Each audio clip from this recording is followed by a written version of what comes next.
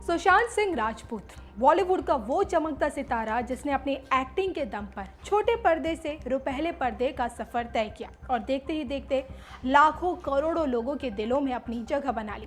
34 साल उम्र का वो मुकाम होता है जहां हर किसी की आंखों में सपने होते हैं। दुनिया में कुछ कर दिखाने का जोश होता है और अपने सपनों का आशियाना बनाने का वक्त होता है। जब आप सफलता की बुलंदियों पर हो तब खुदकुशी का रास्ता चुनना ये चीज सोचने पर मजबूर करती है कि आखिरकार इंसान किन हालातों से जूझ रहा होगा जो खुदकुशी का सहारा ले रहा है।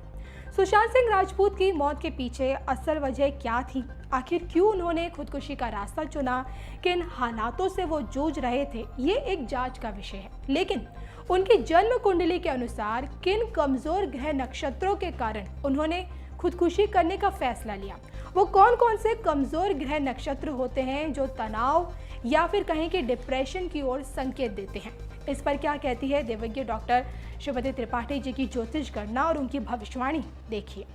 तो नमस्कार, मैं हूं डॉक्टर श्रीपति त्रिपाठी।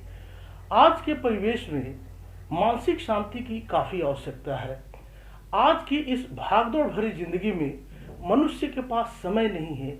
जीवन में समय से समय पर उतार चढ़ाव, कष्ट, संघर्ष, पारिवारिक कलह, नौकरी संबंधी परेशानियां, ऐसी कठिनाइयां सामने आ जाती हैं जिसके कारण से वह अपना सुख चैन खोकर मानसिक तनाव से भर जाता है और अवसादग्रस्त हो जाता है। और इस अवसादग्रस्त के कारण कोई बहुत बड़ा डिसीजन ले लेता है। वर्तमान वैश्विक प्रतिद्वंदिता वाले युग में सुख शांतिपूर्वक जीवन जीना एक स्वप्न की भांति है। आजकल सुख सुविधा के लिए सभी कार्यों को लोग पीछे छोड़ दे रहे हैं।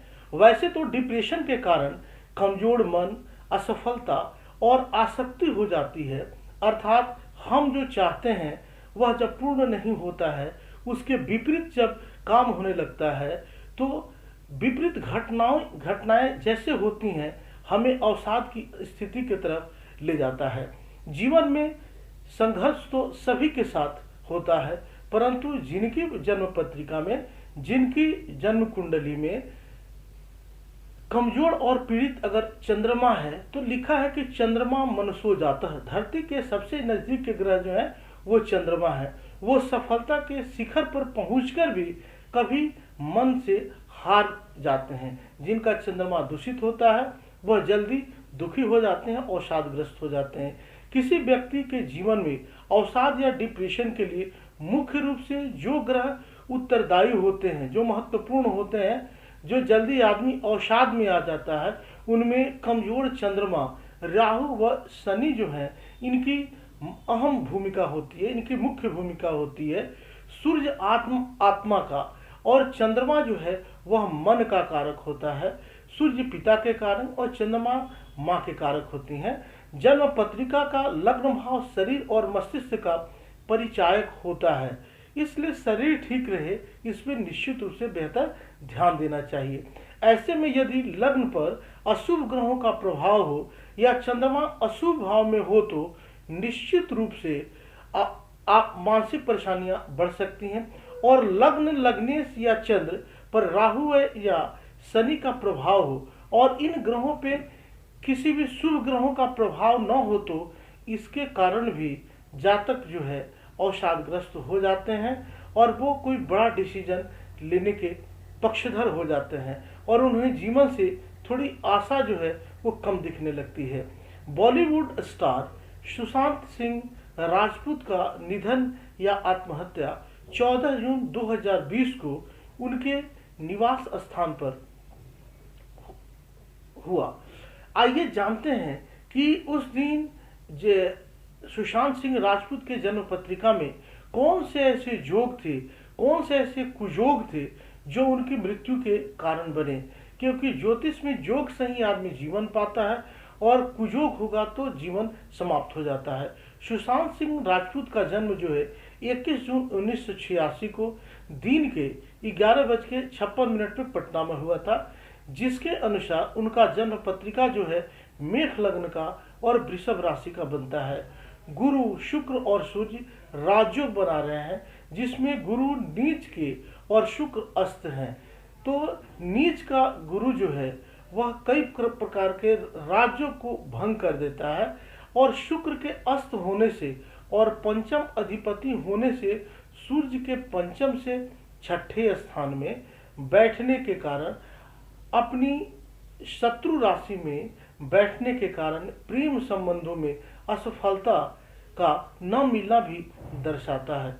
क्योंकि बृहस्पति की दशा इनकी लगी हुई है, यह बहुत ही परेशानी कारक है। दसम स्थान में नीच का होना यह परेशानी कारक है। मृत्यु के दिन इनके ग्रह की जो स्थिति थी, गुरु की महादशा थी, गुरु का अंतर था, राहु का प्रत्यंतर था और शनि का जो है सूक्ष्मांतर था।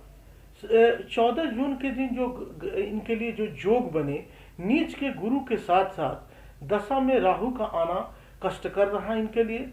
चंद्रमा के मद्रुन योग उस दिन बना रहे थे, जिसमें व्यक्ति धन से या मन से अपने को खाली हाथ पाता है।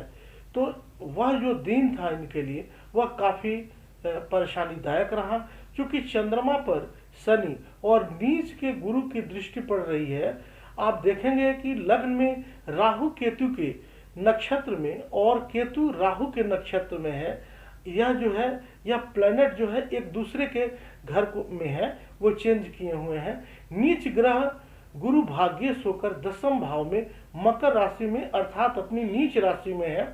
शास्त्रों का वचन है कि अगर नीच ग्रह की महादशा होती है तो उसमें अधः पतन होता है, उसमें परेशानी होती है, उसमें केस मुकदमा होता है और आदमी गलत डिसीजन लेता है, और इस डिसीजन के कारण उसकी मानहानि होती है या जीवन लीला समाप्त होती है।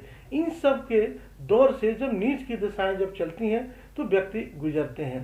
गुरु की महादशा में नीच गुरु का अंतर और उसमें प्रत्यंतर राहु का और शनि की सूक्ष्म दशा और अंत में मार्केश जो इस कुंडली के लिए होते हैं वो शुक्र की प्राण दशा का होना इनके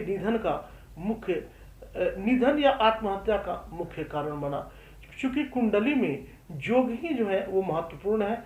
लिखता है कि ज्योतिषम फलितम शास्त्रम योगम प्रध्यान में उच्च, ज्योतिष में योग का बड़ा महत्व है। इनके लिए यह जो दिन है निश्चित रूप से परेशानीदायक बना रहा। नमस्कार, जय हिंद। भारत माता के वीर सपूतों ने गलवान वैली में हमारी मातृभूमि की रक्षा करते हुए सर्वोच्च बलिदान दिया है। मैं देश की सेवा में उनके इस महान बलिदान के लिए उन्हें नमन करता हूं, उन्हें कृतज्ञतापूर्वक श्रद्धांजलि देता हूं। दुख की इस कठिन घड़ी में हमारे इन शहीदों के परिजनों के प्रति मैं अपनी संवेदना व्यक्त करता हूं। आज पूरा देश आपके साथ है, देश की भावनाएं आपके साथ है। चाहे स्थिति कुछ भी हो, परिस्थिति कुछ भी हो, भारत पूरी दृढ़ता से देश की एक एक इंच जमीन की, देश के स्वाभिमान की रक्षा करेगा। भारत सांस्कृतिक रूप से एक शांति प्रिय देश है। हमारा इतिहास शांति का रहा है।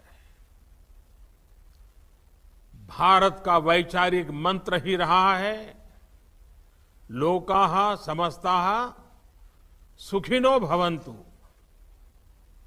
हमने हर युग में, पूरे संसार में शांति की, पूरी मानवता के कल्याण की कामना की है। हमने हमेशा से ही अपने पड़ोसियों के साथ एक कोऑपरेटिव और फ्रेंडली तरीके से मिलकर काम किया है। हमेशा उनके विकास और कल्याण की कामना की है।